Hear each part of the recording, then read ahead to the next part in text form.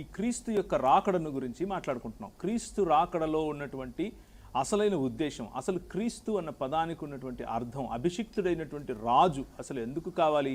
ఇశ్రాయేలుకు మాత్రమే అని కొందరు అంటూ ఉంటే, ప్రపంచం యావత్తుకు అని ఇంకొందరు అంటూ ఉంటే, ఇశ్రాయేలులో పుట్టాడు, ఇశ్రాయేలుని దిక్కులేదు అని కొంతమంది అంటూ ఉంటే, ప్రపంచమంతా ఆయనను కీర్తించి ఆయన ఖ్యాతి తెలియనటువంటి సమాజం లేనటువంటి రాజుగా ఉన్నాడు అని కొంతమంది అంటూ ఉంటే, కత్తి పట్టకుండా ప్రపంచమును గెలిచినటువంటి ఏకైక మహావీరుడు యేసుక్రీస్తు అని ఇంకొందరు చెబుతూ ఉంటే, ఇలా చాలా రకాలుగా ఈ రాజును గురించినటువంటి డిస్కషన్ జరుగుతూ ఉంది.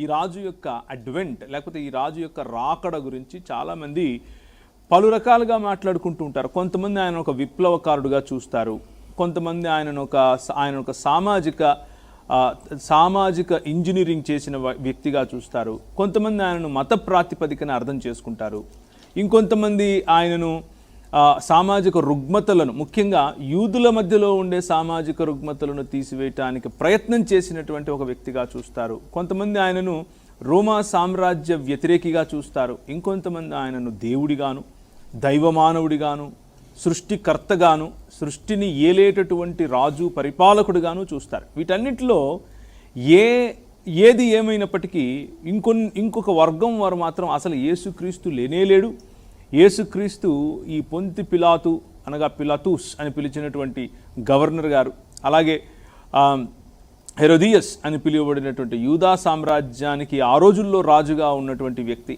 అలాగే కైసర్ అగస్తస్ యొక్క దత్తపుత్రుడైనటువంటి కైసర్ తిబేరియస్ చుట్టూ అల్లినటువంటి ఒక కథగా యేసుక్రీస్తును చెప్పేటటువంటి ప్రయత్నం కూడా చేస్తున్నారు. సో ఇలాంటి సమయాల్లో క్రైస్తవులకు కావాల్సినటువంటి అవగాహన ఏంటి? ఏ అవగాహనను తెచ్చుకోవటం కారణం చేత క్రైస్తవ సంఘం పదిలంగా సుభిక్షంగా క్రైస్తవ విశ్వాసంలో, ముఖ్యంగా కేవలం మతంలో కాకుండా దేవుని రాజ్యము, దేవుని రాజ్య స్థాపన, దేవుని రాజ్య విస్తరణ అనేటటువంటి ప్రధానమైన యేసుక్రీస్తు రాకడకున్నటువంటి కారణాలను అర్థం చేసుకుంటూ ముందుకెళ్లేందుకు క్రైస్తవ సంఘం ప్రయత్నం చేయటానికి అవకాశం ఉంటుంది. ఈ అంశం